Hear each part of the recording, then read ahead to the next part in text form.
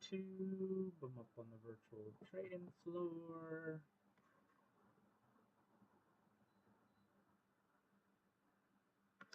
Let's get it started. All right, I am an associate member of T3 Trading Group, which is an SEC registered broker-dealer and a member of FINRA SIPC. All of my trades are placed through T3 Trading Group. You should carefully consider whether trading is suitable for you in light of your own financial condition. Position disclosure here. I got stopped out of Apache today. A little disappointed about, but it is what it is. Added a little bit of Robinhood today. It's a new position. And that's it. Awesome, Baba. Love to see that. Love to see that. So yeah, crazy day today, right? Real crazy day. But I think we kind of nailed it. Now we got this Micron out after hours here, which is down. Whew. All right, so let's recap here. Not a great close, and we're down a little bit after hours.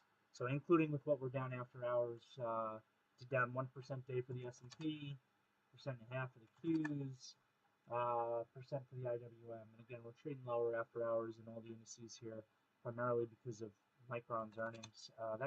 I just saw it out of the corner of my eye because I was getting ready for the afternoon meeting here, but that guidance number, ooh. You see Q4 adjusted revenue at 6.8 billion to 7.6 billion versus estimates of 9.14. Gross margin estimates are a miss. And wow, EPS guidance. That's a massive miss. It's a massive miss. Actually, I almost don't know what to make of the fact that this thing is only down 5% on those numbers.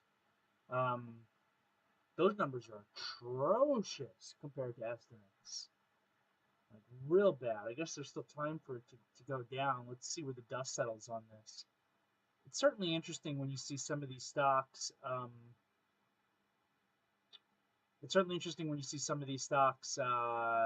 Perform okay on numbers that are massive misses like this.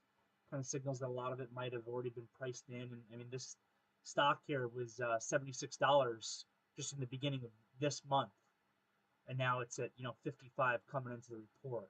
$20 drop in a $75 stock. That's a big percentage down move coming into the report, and the report is still real bad. But maybe that's the reason why it's only trading down 4%. Is like Aaron here is saying, the market's got it priced in a little bit. But anyway, let's go to our market. Let's go to the S&P. So certainly a tricky day, but we made the most of it. We discussed, I guess, in the morning meeting that things were broadly looking bearish, right?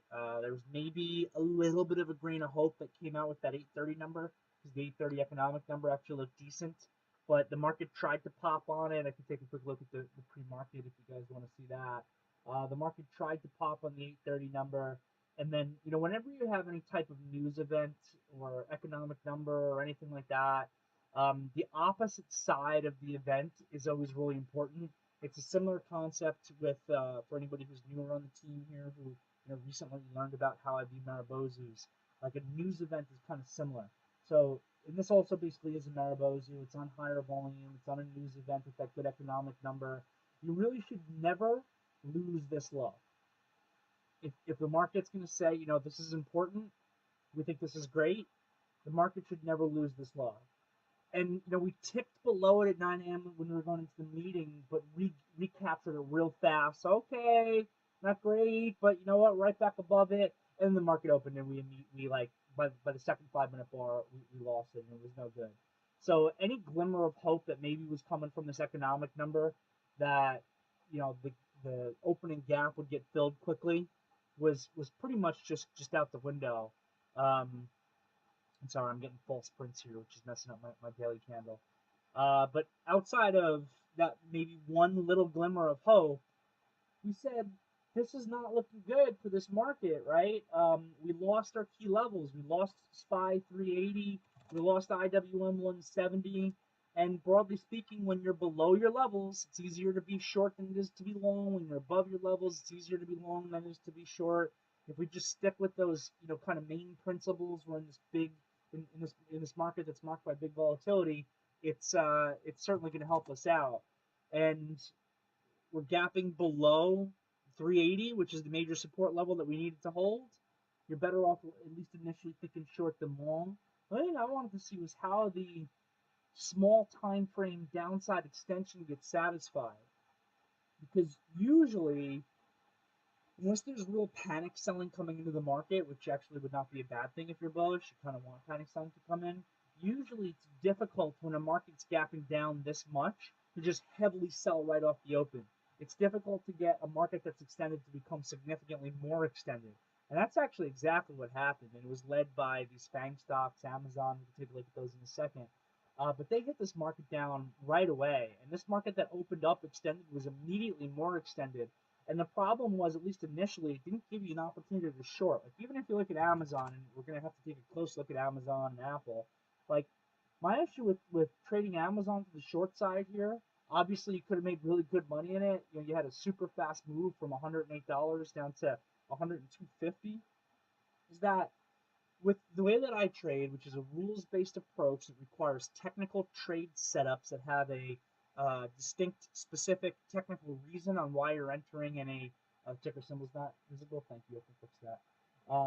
That have a distinct technical reason on why you're entering the position and a distinct technical out. For me, when I have a gap down on the market that just craps like this immediately, there's no real entry for me. Maybe the short through yesterday's low. That would be the only possible trade here. Pat actually called this out. That you could look to short Amazon, and I know that Mark D, if he's here, was talking about shorting Amazon kind of based on the big picture that this thing looks like it could work its way a lot lower. So it was certainly on our radar. I can see, Mark. It was certainly on our radar to short this Amazon. But for at least the way that I trade, I want to have that very specific technical reason and specific technical out. I want to have that specific trade setup in order to actually be able to enter. Otherwise, you're kind of just chasing momentum in hopes that it pays you, or you're executing trades in a way where you don't have the rules that are going to be necessary to kind of breeding consistent profit. So unless you really shorted through yesterday's low, it's kind of the only execution setup I possibly see. This was very difficult to actually hit this to the short side.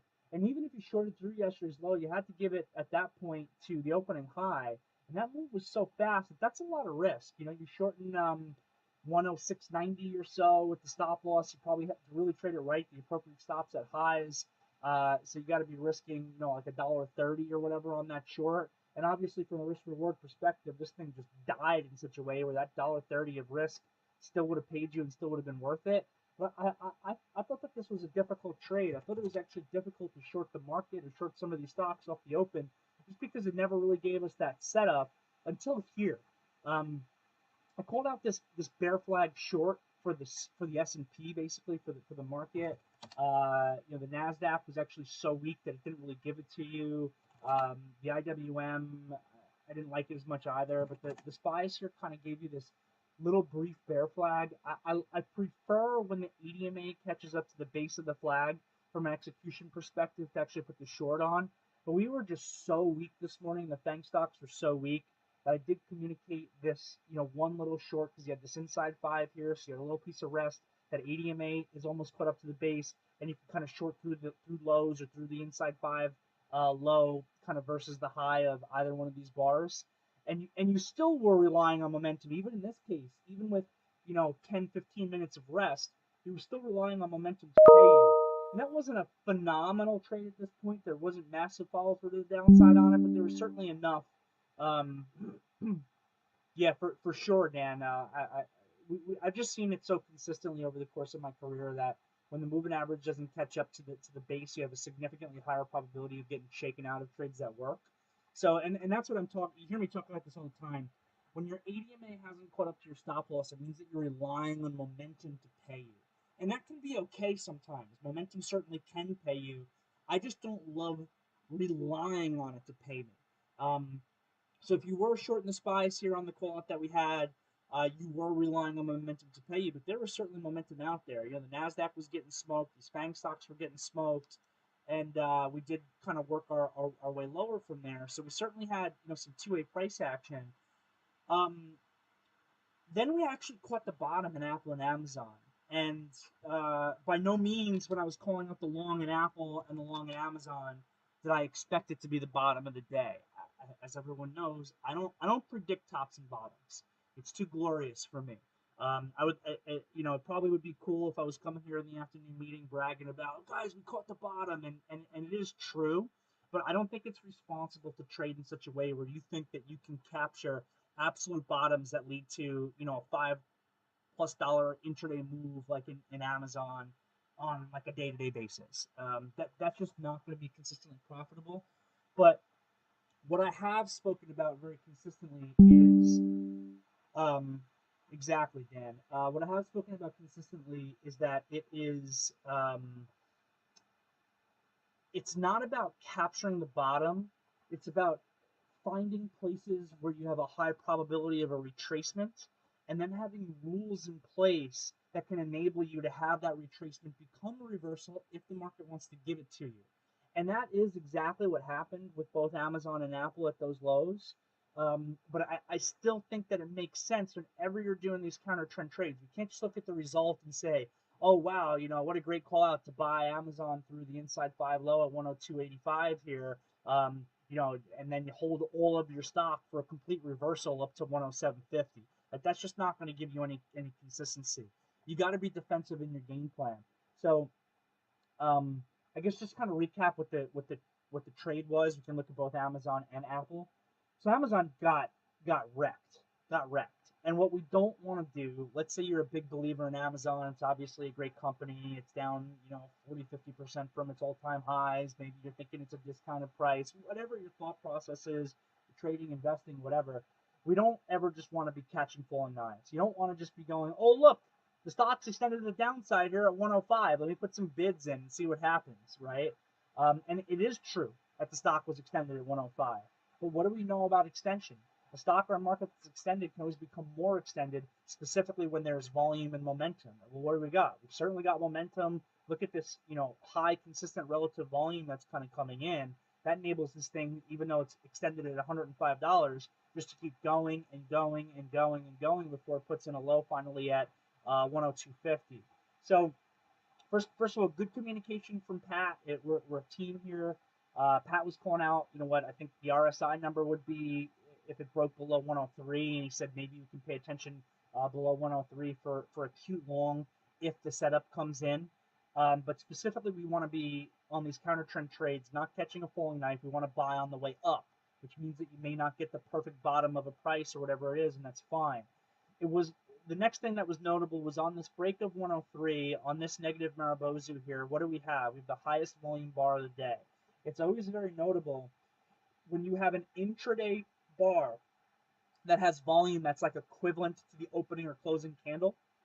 We know that our opening and closing candle are always on artificially high volume because it satisfies the market on open and market on close imbalances. So you get the opening print and the closing print that satisfy those imbalances. They're always very large prints, and that always makes the volume here look very big on those bars. So if I'm able to get a candle here that's at 10 a.m., that's pretty much equal volume-wise to, you know, the opening candle of the day. I mean, outside of an opening or closing candle, just scrolling back here for a week or so, this is by far the highest volume 5-minute bar that Amazon has put in. And it still means, you know, the stock could still go lower. I've seen it in trading when real capitulation comes in, where the stock is extended like this, and you look at the volume and you go, oh my God, the volume's massive. The bottom's probably coming in. And then the next bar is another negative Maribozu with even bigger volume. And then the next bar is another negative Maribozu with even bigger volume. So this is notable. It's still, you can't just come in and buy it. So what I ideally usually want to see is some sort of like hammer type candlestick kind of come into this scenario. But another trade that I don't dislike is the inside 5 and up. Usually I like to utilize inside candles as an execution strategy for trading with the trend, not trading counter trend. But there are a couple exceptions to that where I can utilize an inside bar strategy for um, a counter trend trade.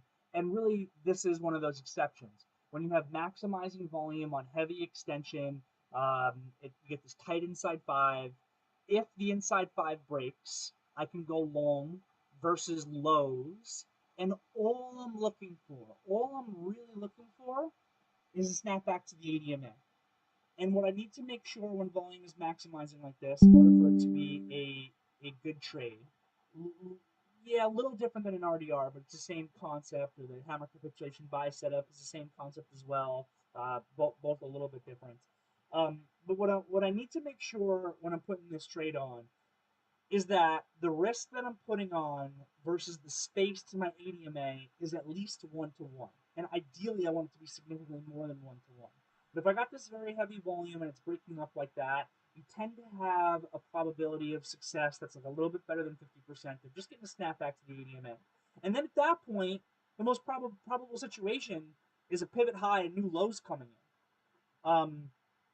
So I want to make sure that if I'm buying, 102.85 versus lows, which is 102.52, and I always want to put my stop loss a penny below that. There's probably going to be a little bit slippage. So let's just assume, I don't know, let's just assume like 35 cents worth of risk here. I need to make sure that my reward potential to the ADMA is more than 35 cents, right? So if I bought that, 102.85, 35 cents on the upside is going to yield me to about what is that, 103.20 or so, right? 103.20 or so. So I need to make sure that the ADMA is even going to be significantly higher than 103.20. And it is, right? My ADMA is all the way up at 104.13. So the game plan here is first, it's a counter trend trade. Get the risk covered. Sell 50% of your position in 1-to-1. For people who have the class I did yesterday, I spent a lot of time talking about, from a game planning perspective, how that works, right? So you want to get your risk covered. You sell 50% of your position at 1-to-1. So you're taking off like half your stock at like, 103, whatever I just said, 103.20, something like that. Then your next target's going to be about the ADMA. So I remember saying about 103.80 is what I was looking for, because I'm keeping in mind that even though the ADMA is at like 104.15 or whatever, that moving average is going to continue to slope down as the stock snaps back. So I want to discount that a little bit. So I'm thinking target number one is going to be about 103.80. It puts in this initial snapback high of just 103.66. So not quite enough. A little bit nervous here, but then on the SPYs, I saw some constructive price action. This is followed by another inside and 5 and up. I don't like this one from a trading perspective, by the way. I don't really want to trade this one. I want to trade this one. But then eventually we get our move to basically this ADMA to target number one. So you want to be selling another probably 25% of your position, something like that here. Once you get that sale, your stop loss is still in at lows. You're making money in this thing no matter what. That's all you really need to be able to make money in it no matter what. But you still have, maybe, 25 to 30% of your position left. Target number two is going to be the 21 EMA on the 5-minute, which is usually going to coincide with the 80 EMA on the 15. So if I can get a snapback to the 21 EMA, it's basically a 15-minute correction. And then I'm going to book a little bit more profit there.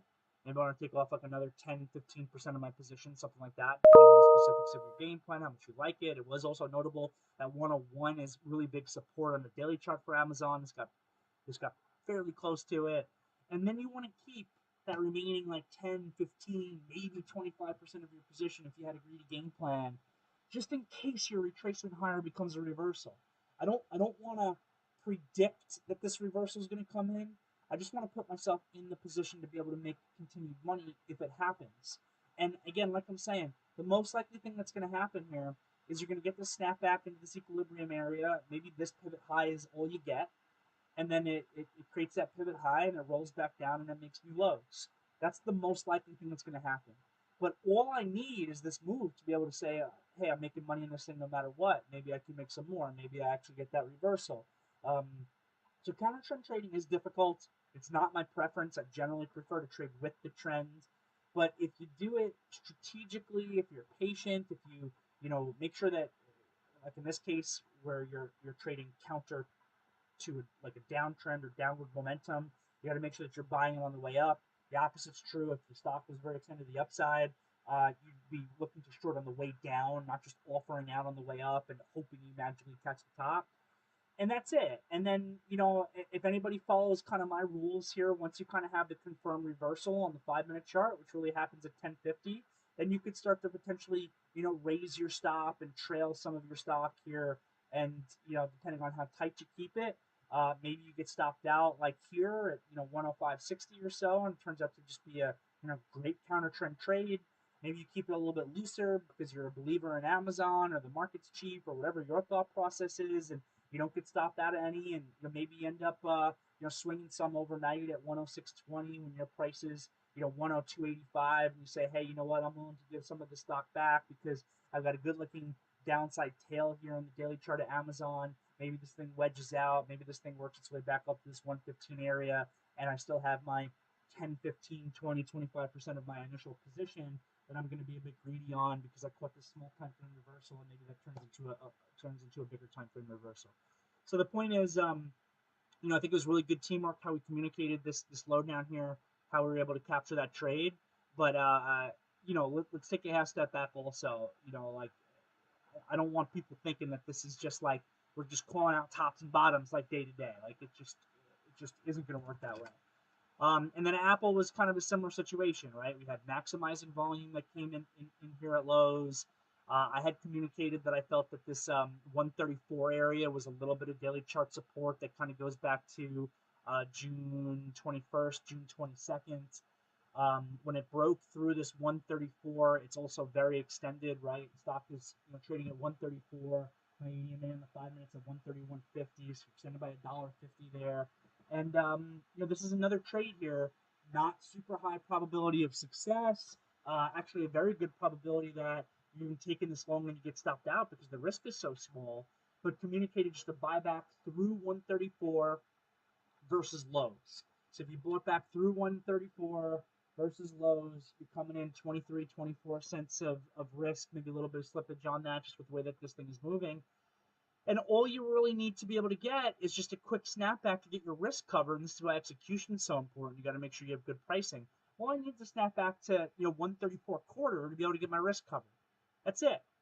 And then if it can actually give me the move, and that's the same exact game plan, right? Target number 1 is the 80 EMA. Target number 2 is going to be the 21 EMA, which is the equivalent of a 15-minute correction to the 15-minute lower band of equilibrium, that 80 EMA there, and then you're keeping 10 to 25% of your position, depending on the specifics of the greed of your game plan, just in case this retracement becomes a reversal. I mean, it is Apple after all. They do have a massive buyback. I love that the fact that the company itself is on the bid for its own stock. You got Warren. You could make the argument, hey, Warren Buffett was buying this thing at 152, 153. I'm able to come in and buy this retracement trade here at 134. So I'm going to hold some of this just in case my retracement higher does actually become a reversal. And it was the exact same thing. I'm looking initially for a move to. I was almost frustrated. I was going to be super frustrated if this was the high here, this 134.88 in Apple, and then it came down and made new lows, because I was communicating, kind of based on where the ADMA is for target number 1, that we should be offered in the 134.90s, 134.88. It comes that exact high. I'm like, oh my god, you might not get the fill. But then same thing, kind of. Started to build out this little bit of a higher low type of thing here, along with the market that broke up, gave us our first target, then it worked higher, gave us our second target. The retracement became a reversal on this time frame. It closed okay, and we got a decent looking tail here for Apple as well. So those are some good trades. And then just to go back to the market here, I don't love how this candle closed here for the market. I actually think that the candle for Apple looks pretty decent. I think the candle for Amazon looks pretty decent. What about these? I think the Microsoft candle, did it close that high? Or do I have a false print? I have a false print. All right. Yeah, I have false print on Microsoft. So that's not exactly what that candle looks like. But I think that these FANG candles actually look okay. But I don't love, like, if Spies could have closed at 380, I would actually be like excited from like a kind of bullish type perspective, not as an outright bull. We still have to recognize the fact that we are in a very clear downtrend here overall for this market, and like I said, if the market wants to repeat this move here, I think we were looking at it for the Qs. You could be looking at Qs working their way down to 250 on a repeat of that move. But if we could have gotten that close back up there at 380 today, we would have a really nice kind of tail here with the close still kind of right back at the level we did on an intraday basis. Tick above this 380 on a couple of occasions, and then had a $5 rollover from there. That was followed by a $4 bounce. That was followed by a $2.50 rollover. That was followed by my last 5-minute candle. I mean, the movements have just been completely insane in this market. So 380 close would have had me a little bit excited about the possibility that we discussed of a higher low coming in that creates a wedge type pattern. And again, technically, even building out of a wedge here would still be bearish, but it's better. It's bearish, but it's more bullish, if this makes sense, than just a straight continuation of our lower highs and lower lows, because it gives the bulls the ability to try to build out this wedge, which again technically should break to the downside because wedges are continuation patterns, but does give the bulls a chance, if we can see improved, CPI on July 12th or 13th or whenever you guys said it was, to actually then possibly maybe be able to, in the lower probability situation, be able to kind of break to the upside. July 13th, thanks. But it's just, I don't know. The way that this doji closed here, it's not enough for me. It's not really giving me enough to kind of grasp on to this candle. Qs are the same thing. IWM is the same thing. I'm not convinced that this is like closing at the midpoint of the range. I'm not convinced that this is a pivot low that leads to a wedge pattern, when the wedge pattern is a pattern of lower highs and higher lows, right? So it's a tightening pattern. I'm not convinced that this is what it is, unless tomorrow or early next week we're getting back above 380 without breaking this low, and then you got it. So today's low will be important for tomorrow, because if there's a chance that wedge is building out and we break today's low, that's totally off the table. And honestly, today's high is going to be important for tomorrow, because today's high coincides, more or less with our 380 resistance level, and that's kind of, I guess a synopsis of the day. And there was some opportunity there with that Apple and Amazon to take advantage of that extension, but I thought that the price action post 12 o'clock today was broadly sloppy and difficult. We were holding 380 as resistance. We tried to poke through a couple times. We couldn't do it. And then, off of that failure, we sold off really hard, and then we snapped back. I thought that this afternoon price action was just difficult. I broadly stayed away from it. I tend in general to do most of my trading in the beginning of the day anyway.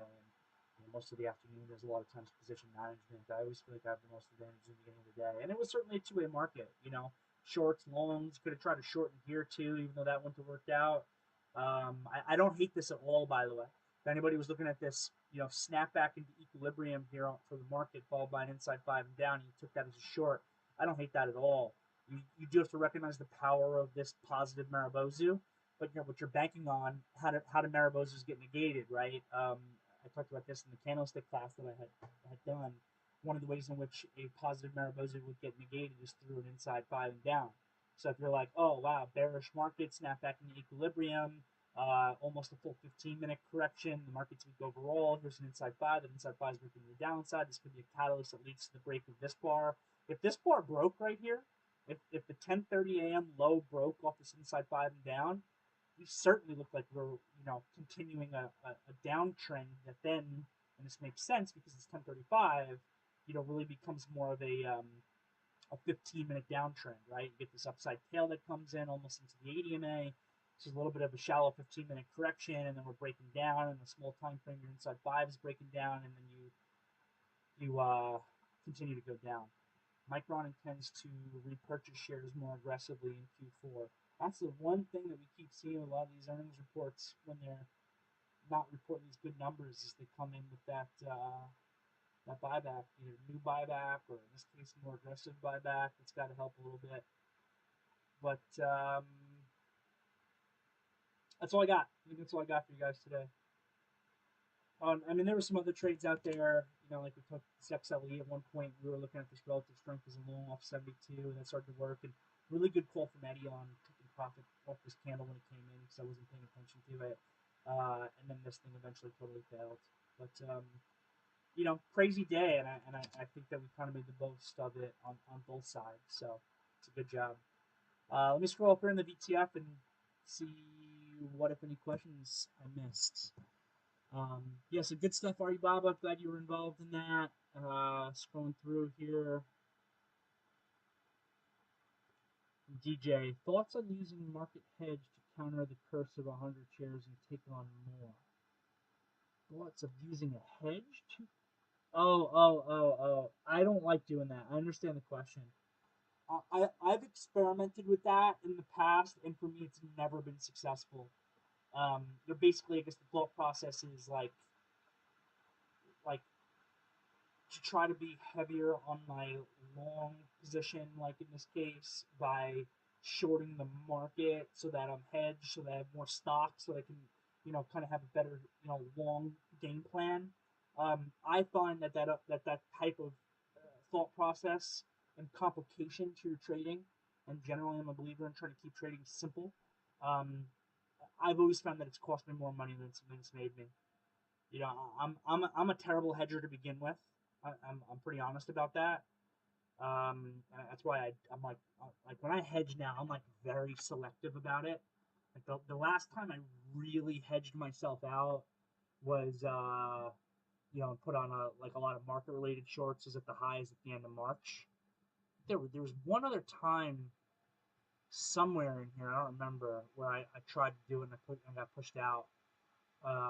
But the last time I really did it was at the end of March. I'm very, very selective on like market hedges on long positions because they tend to cost me money. So I don't love the idea, DJ, just from my personal experience trying to do it. But if it makes sense for you, if you want to play with it small to begin with, see what the numbers look like, then you know, by all means go for it. Familiar here on Apple, which candle gave you the signal for a reversal play?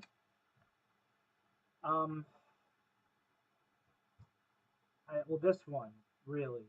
So I was looking at Apple in conjunction with Amazon, right? So I'm, you know, and I think that this is really important in trading. You can never watch anything in a vacuum. Like if you see when I have my screen share up, as long as I'm not in the office. If you see when I have my screen share up, basically what it is top left is SPYs, top right is Qs, bottom left is IWM, and bottom right is Focus, my Focus stock. And the one thing that you'll see if you do watch the screen share, which, you know, honestly, I feel like people should be watching their own charts and not really watching the screen share too much during the day. You should just be reading the chat and listening and typing things up on your own software so you can analyze stuff for yourself. That's really more of what I'm a believer in. But one thing that you can take away if you watch my charts there is how often and how fast that chart that's on the bottom right is changing. Because that's the stock that's linked to that chart is linked to Focus for me, meaning that whatever market maker I have that I'm like clicked on, or as I'm scrolling through stocks, that one's going to be constantly changing. And if you watch it, you'll see how rapidly sometimes that symbol is changing.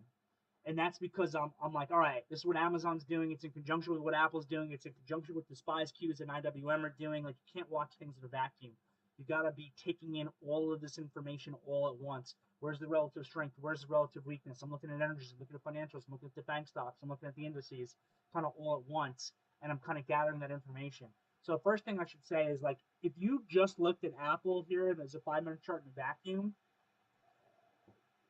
it would be really hard to be like, oh, like this is going to be the bottom candle. I mean, it's going to be hard to call this the bottom candle no matter what, right? That's the point that I'm trying to get across to you guys. But I'm looking at Apple. I know that there's a daily support area around 134. I'm looking at how this selling is accelerating, right? These 4 big red bars in a row here. I'm looking at how the volume is accelerating. I'm looking at how the extension is accelerating. And I'm looking at it in conjunction with what Amazon, which was even weaker, with what that's doing at the same time is this thing is having a total bloodbath. So I'm seeing the volume kind of pick up in Amazon, and honestly, Amazon gave me more conviction in Apple on the buy there, and Apple gave me more conviction in Amazon, if that makes sense, because they were both kind of telling me the same thing at the same time. I've got the volume picking up, I've got the extension picking up. The market at the same time here is pretty extended for 10 a.m. on a 5-minute chart. Whether I'm looking at the SPYs or the Qs, I'm seeing that the market's trying to put in this kind of low. What was it? Was it 10 a.m. was the exact low? No, 10:05. Here's the low for Apple, and the inside 5 in Amazon is 10:05. And I'm watching that the market here is trying to stabilize with this inside 5.